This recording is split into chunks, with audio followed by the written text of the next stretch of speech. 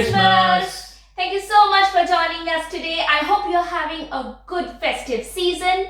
Today's video is on how to make mulled wine, which is a very characteristic alcoholic beverage of cold countries. This is what they drink when the temperature outside dips, and this is our Christmas special drink too.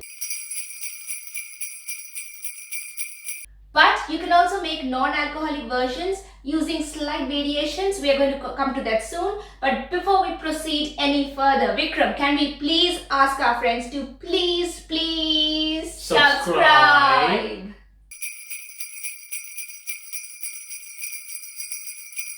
Right, so let's get to the tutorial. That's how to make mulled wine. Honestly, this is a very easy drink to make. Have you ever made anything simpler than this?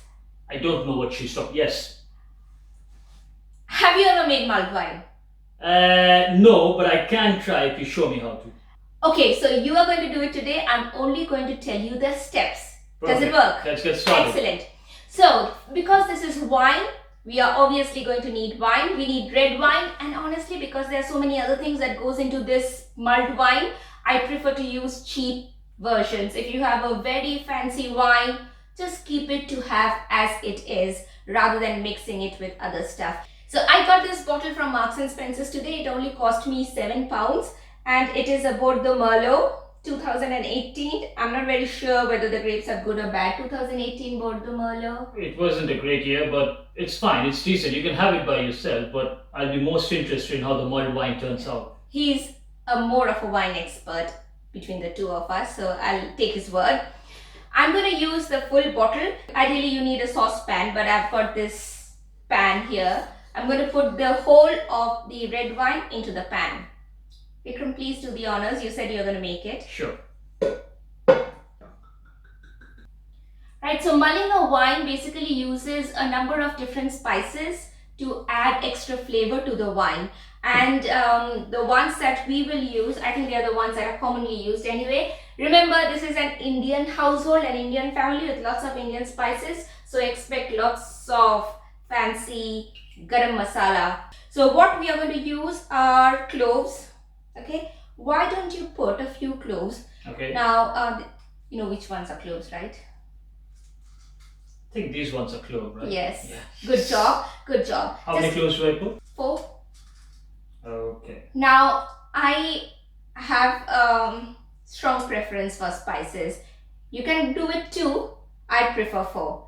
So 4 cloves, and then let's add a portion of a cinnamon stick. You can add the whole of this one. Okay. You can break it. You Oh. can break it, but you don't like the feel of No, I don't. spices if they reach your mouth, right? Yep. So because he doesn't prefer whole spices to reach his mouth, I just put the whole of the stick in, so that when the mulling is over, I can just take it out. If you don't mind the grittiness of whole spices in your mouth, by all means break it.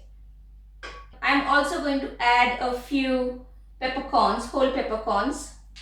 Now, pepper is more of your flavor, so Yeah. I will leave the decision to you how much peppercorns to add. So I would say no more than 6 to 7 round nuggets of corn. Thank you. And then we have star anise. I love the smell of star anise. I think Just just 2 of one is them. fine, right? I think 1 should be fine. Yeah. I mean, you can add a maximum of 2, but 1 should be fine. So we're going to add a little bit of grated nutmeg. Why don't you grate a little bit of this, please? Yep. So 1 nutmeg grated. Bay leaf. So why don't you put a couple of smaller ones? I mean, bay leaves I'm going to put in whole. So Yep. when the whole mulling is finished, I can just take it out. We also need some kind of citrusy fruit, oranges, clementine, lime, lemon. So I've got this, I cut this in pieces. This is just 1 whole. This was a good size orange. And let's put all of these pieces in the pan, please. Okay. So just thin slices, putting all of it in. And try not to splash any of it on your clothes or on your wife's clothes. Yeah, more important, yes. Mulled wine also has a sweet kind of a flavor. Neither Vikram nor I consume much sugar in our day-to-day lives. The only use of sugar in my house is to use it as my face scrub. But anyway, I've got a small bowl full, and I'm wondering whether I should put all of it in or just half of it. What do you think? What do you I reckon? think it's a dry wine, so we can do with like half of that. I think half of that. Okay, should be alright, fine. so half of this small bowl of sugar. Because mulled wine is supposed to be sweet. Everywhere that I've had it, it's quite sweet to taste. What do we do now? All the ingredients are in place in the pan. Now you put it on the hob and let it simmer. Mind you, only simmer, not boil, for 6 to 7 minutes. Okay. What does only simmer mean? Not boiling. So before it reaches boiling point? Yes, before it reaches boiling point. You shouldn't have those bubbles of boiling coming out. It should only be warm enough. And once it starts getting warm, you can actually smell the spices. It's a lovely Christmassy smell that will fill your room. If you have a slow cooker, it makes things easier, especially if you intend to serve mulled wine to your guests. You only have to put it on low for about 1 to 2 hours. The advantage of a slow cooker is that you can just leave it on and your guests will come, they will take helpings, but the mulled wine is going to remain warm throughout as long as the slow cooker is warm. You just put all ingredients in, put it on low, cover it and forget about it, and your guests will be able to have warm mulled wine all night long, provided it lasts all night long. You may have to make it a few times, but if you make it in a hob, then of course, I mean, once it's done, you're going to switch the hob off and it can get cooled down, so you may have to reheat it a few times. Also, I remember that I promised you I'll tell you how to make a non-alcoholic version of this. To remove alcohol, you just need to replace the wine with fruit juice. It can be grape juice, a mixture of grape, pomegranate, apple, all three or any two of them should also work. I mean, it also works quite well. Just bear in mind that fruit juices are normally sweeter than wine. Yes. So when you add the sugar, you can afford to go a little light on it.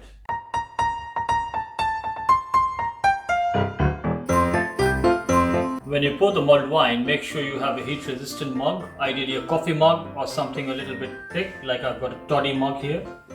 And by the looks and the smell of it, this is ready. It's not boiling, it's simmering, it's still very hot, so be careful when you're pouring it in. And it smells yum. Wow, that is amazing. Excellent.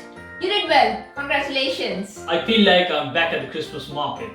Yeah, it tastes exactly that, like the real one, doesn't it? It is a real one. I mean, you did very good. Thank you. So that's it from us today, folks. We really hope that you're going to try this out at home one of these days. You will, won't you? And don't forget to let us know how it turned out. From both of us, here is a Merry Christmas and a Happy New Year. Cheers! Enjoy! Bye!